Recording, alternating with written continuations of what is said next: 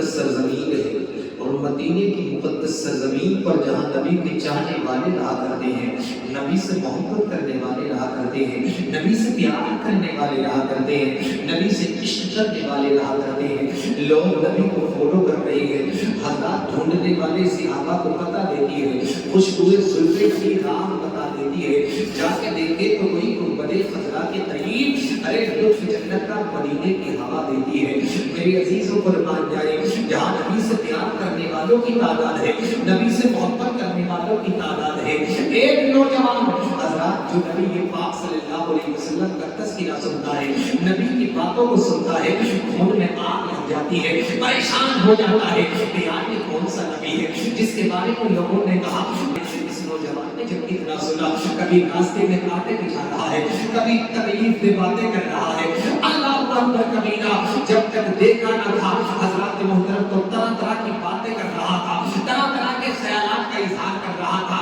لیکن میری عزیزوں کو رمان جائے، یہی ایک یہودی نوجوان ہے۔ ایک دن کیا ہوا، مدینے کے بازار میں جانا ہوا، اب جیسے ہی مدینے کے بازار میں گیا، اللہ اکبر کبیرہ، تو کیا دیکھتا ہے کہ چہرے شمس الدہا سامنے ہے، وہ دہا والا چہرہ سامنے ہے، مازال البصر نگاہ والا چہرہ سامنے ہے، اور لیلی زلف والا چہرہ سامنے ہے۔ جب چہرے پہ نظر پڑی، اب جیسے ہی آنکھ اٹھی، اللہ چہرے پہ نظر پڑی، دل کی دنیا بدل گئی، دل کے اندر جو قرآن تھا، دل کے اندر جو کفر تھا، سارا کا سارا باہر نکل گیا، آنکھ بھی روشن ہو گئی، دماغ بھی روشن ہو گیا، دل بھی روشن ہو گیا، گیا تھا علاج کرنے کے لیے، لیکن اب علاج کی ضرورت پڑنے لگی، اب نبی کا عاشق ہو گیا، نبی کا بیمار ہو گیا، نبی کا دیوانہ ہو گیا، کسی نے کہا بیمار مدینہ ہو، دوا مانگ رہا ہوں، میں تو مرنے کی مدینے میں دعا مانگ رہا ہوں۔ نبی کے قریب میں جاتا ہے، کبھی مدینے کے بازاروں میں جاتا ہے،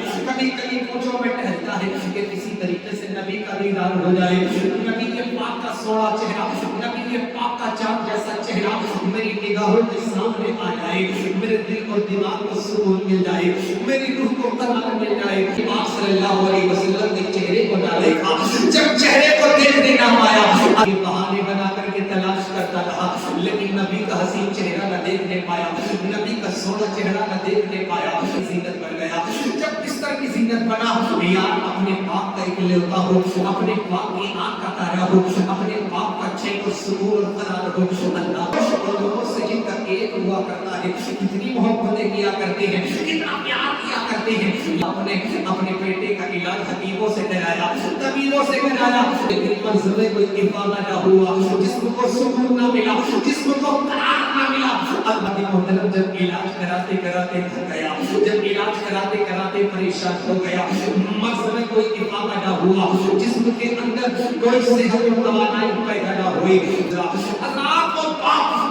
جو اپنی اولاد کے لیے چین اور سکون کو قربان کر دیا کرتا ہے، اپنے بیٹے کے سر لے جاتا ہے اور دست شفقت اپنے بیٹے کے سر پہ رکھتا ہے، اور سر پہ رکھنے کے بعد کہتا ہے اے میرے بیٹے یہ تو بتا تجھے ہوا کیا ہے، اور یہ بتا تیری تمنا کیا ہے، تیری آرزو کیا ہے۔ دست شفقت باپ نے اپنے بیٹے کی پیشانی پہ رکھا تو بیٹے نے آنکھوں کو کھولا اور لبوں کو کھولا، اور لبوں کو کھولنے کے بعد میں کہا اے میرے باپ، جب میں نے نبی پاک صلی اللہ علیہ وسلم کی بات تیری زبانی سنی، تیرے خاندان کی زبانی سنی، اپنے قبیلے کی زبانی سنی، تو نبی پاک صلی اللہ علیہ وسلم کی عداوت میرے دل میں پیدا ہوئی، نبی پاک صلی اللہ علیہ وسلم کی دشمنی میرے دل میں پیدا ہوئی۔ یہ جب کا معاملہ ہے جب میں نے حضور کو دیکھا نہ تھا، جب میں حضور کے قریب نہ ہوا تھا، جب میں نے چہرے پر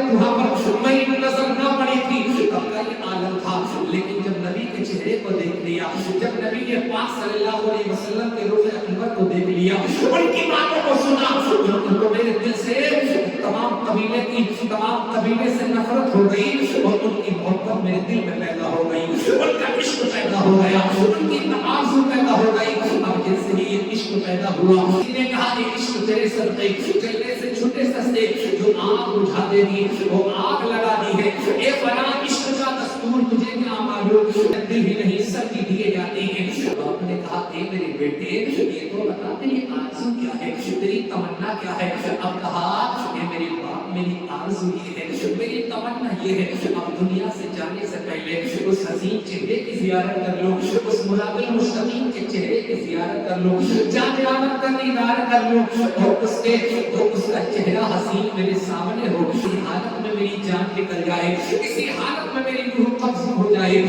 اتنا سونا اللہ پریشانی بھی ہوئی، لیکن ایک لوٹا تھا، ایک ہی بیٹا تھا، آنکھوں کا تارا تھا، کہا بیٹا چاہے قبیلے سے دشمنی لینی پڑے، خاندان سے دشمنی لینی پڑے، برادری انہیں چھوڑ دے، لیکن ایک میرے بیٹے، یہ تیری تمنا ہے، یہ تیری آرزو ہے، یہ تیری امید ہے، میں اس کو پورا کرنے کے لیے مدینے والے کی بارگاہ میں جاؤں گا، مدینے والے کے پاس تک تیرا پیغام پہنچا دوں گا۔ جیسے اتنا کہا، بیٹے کی پریشانی کو چھوا اور بات وہاں سے اٹھا، اٹھنے کے بعد مسجد نبوی میں پہنچ جاتا ہے، آواز لگاتا ہے، اے محمد رسول اللہ۔ نبی کے پاک صلی اللہ علیہ وسلم کے غلاموں نے دیکھا، پوچھا کس لیے آئے ہو؟ کہا میرا بیٹا دنیا سے جانے کے لیے تیار ہے، اس کی تمنا ہے، اس کی آرزو ہے کہ جانے سے پہلے حضور کا دیدار کر لے، جانے سے پہلے محمد رسول اللہ کے چہرے کو دیکھ لے۔ اور کائنات صلی اللہ علیہ وسلم اس عاشق کے مکان پہ جا رہے ہیں۔ جب نبی کے پاک صلی اللہ علیہ وسلم اس عاشق کے مکان پہ جا رہے ہیں، اب جیسے دروازے میں پہنچے،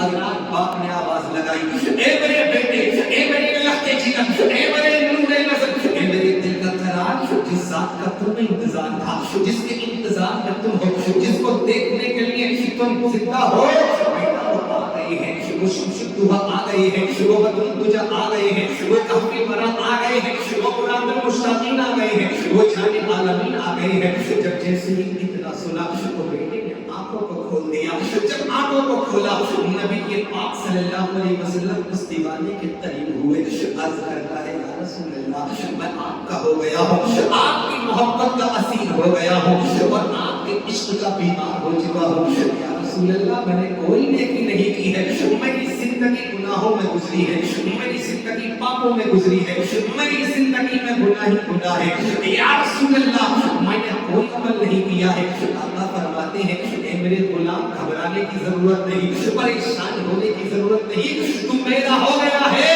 تو اللہ تبارک و تعالیٰ نے اس کے صدقے میں تیرے گناہوں کو معاف فرما دیا ہے۔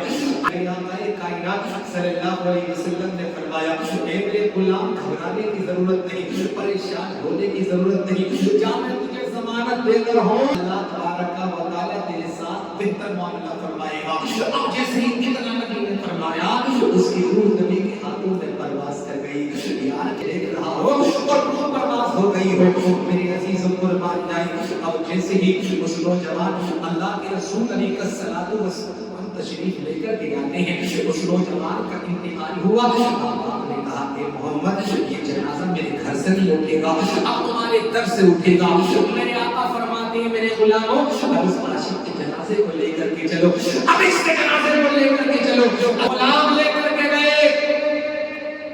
غسل دیا، کفن کا انتظام کیا، نماز جنازہ ادا کی۔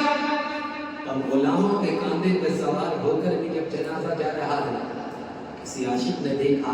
کہ نبی کے پاک صلی اللہ علیہ وسلم پنجوں کے پر چل رہی ہے۔ غلام نے عرض کیا یا رسول اللہ یہ